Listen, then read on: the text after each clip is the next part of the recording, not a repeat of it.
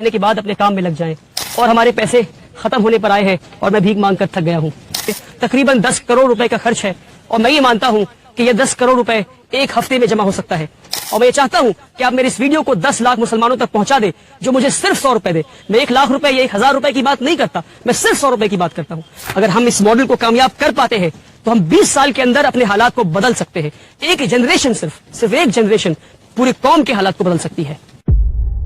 अस्सलाम वालेकुम। आप ये सोच रहे होंगे कि मैं इतनी बड़ी खाली जमीन पे अकेला क्या कर रहा हूं, वहां आकर बताता हूं।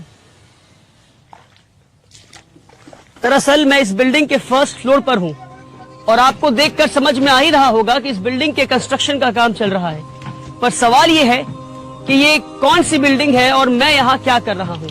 बताता हूँ। मैं बात दरअसल 2018 की है, जब मैं क्लास 12 से पास आउट होने के बाद दुनिया की दहलीज पे कदम रखा तो मैं ये देखा कि मुल्क के मुसलमानों का बहुत बुरा हाल है और मुसलमान एक अजीबो गरीब बीमारी में मुलव्वस हैं और इस बीमारी का नाम है गरीबी। इस कदर गरीबी है कि रोजाना हजारों बच्चे अस्पताल के दरवाजे पे दम तोड़ देते हैं क्योंकि उनके पास पैसे नहीं इलाज के लिए। रोजाना लाखों बच्चे फैक्ट्रीज में, कारखानों में, घरों में, खेतों में काम करते हैं क्योंकि उनके पास पैसे नहीं स्कूल की फीस भरने के लिए।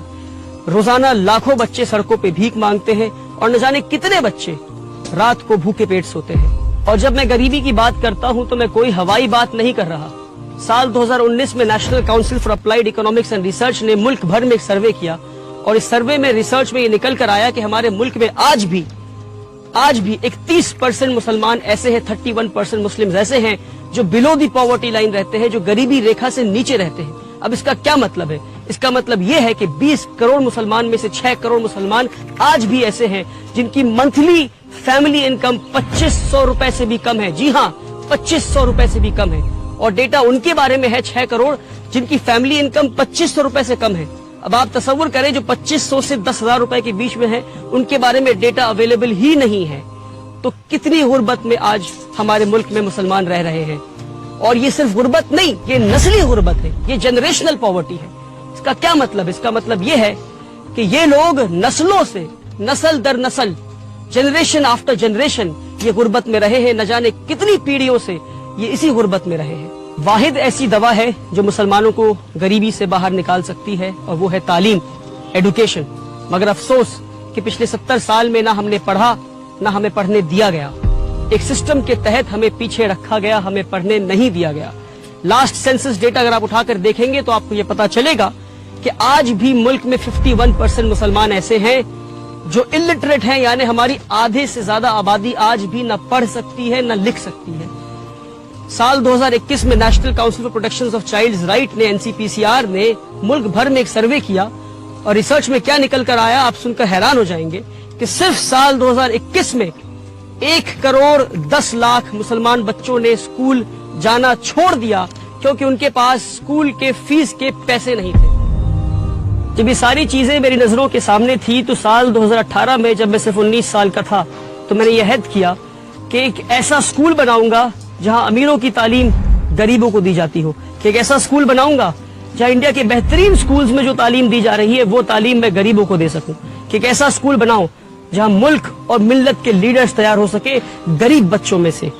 और मैं आपको एक और डेटा बताता हूं, आप सुनकर हैरान हो जाएंगे कि हमारे मुल्क में सिर्फ 11% क्रिश्चियन माइनॉरिटीज के पास आज 70% माइनॉरिटी स्कूल्स हैं और 70% मुस्लिम माइनॉरिटी के पास 20% भी माइनॉरिटी स्कूल्स नहीं है। और जहां हम इस वक्त खड़े हैं वेस्ट बंगाल में, यहाँ पर 24% क्रिश्चियन माइनॉरिटीज के पास 115 माइनॉरिटी एफिलिएटेड स्कूल्स हैं और 90% मुस्लिम माइनॉरिटी के पास 10 भी ऐसे स्कूल नहीं है जो माइनॉरिटी एफिलिएटेड हो। साल 2018 में मैंने उम्मीद एकेडमी की शुरुआत की सिर्फ 10 बच्चों के साथ 1000 स्क्वायर फीट के अपार्टमेंट में। आज 5.5 साल के बाद हमारे पास एक सक्सेसफुल इस्लामिक स्कूल का मॉडल है जहां अमीरों की तालीम गरीबों को दी जा रही है। आप आएंगे हमारे स्कूल तो देखेंगे कि किस तरह हम मॉडर्न कंटेम्पररी एडुकेशन, और वो एडुकेशन जो इंडिया के बेहतरीन स्कूलों में दी जा रही है, वो एडुकेशन हम गरीब बच्चों को दे रहे हैं।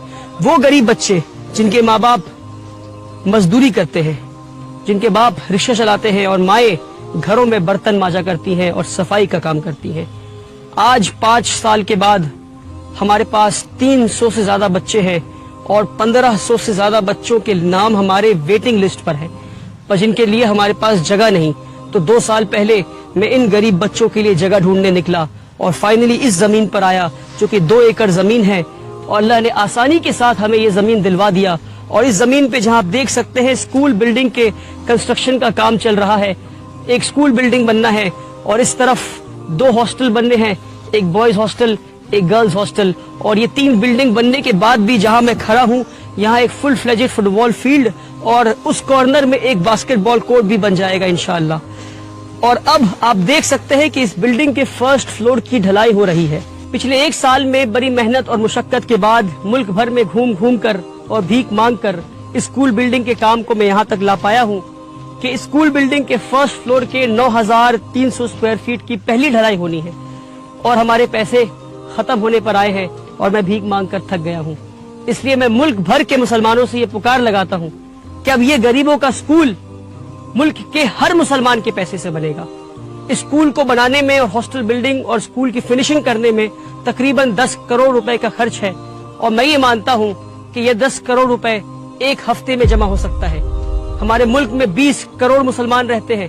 میں 20 کروڑ مسلمان کی بات نہیں کرتا، میں صرف 10 لاکھ مسلمان کی بات کرتا ہوں. اور میں یہ چاہتا ہوں کہ آپ میری اس ویڈیو کو 10 لاکھ مسلمانوں تک پہنچا دیں جو مجھے صرف 100 روپے دے. میں 1 لاکھ روپے یا 1000 روپے کی بات نہیں کرتا، میں صرف 100 روپے کی بات کرتا ہوں. اگر 1 ملین ویوز اس ویڈیو میں پہنچ جاتے ہیں اور 10 لاکھ لوگ صرف 100 روپے دیتے ہیں تو ایک ہفتے میں 10 کروڑ روپے جمع ہو جائے گا اور غریبوں کا یہ اسکول بلڈنگ اور ہاسٹل بلڈنگ 1 سال میں بن کر تیار ہو جائے گا. اور یہ میری پہلی پکار ہے انشاءاللہ.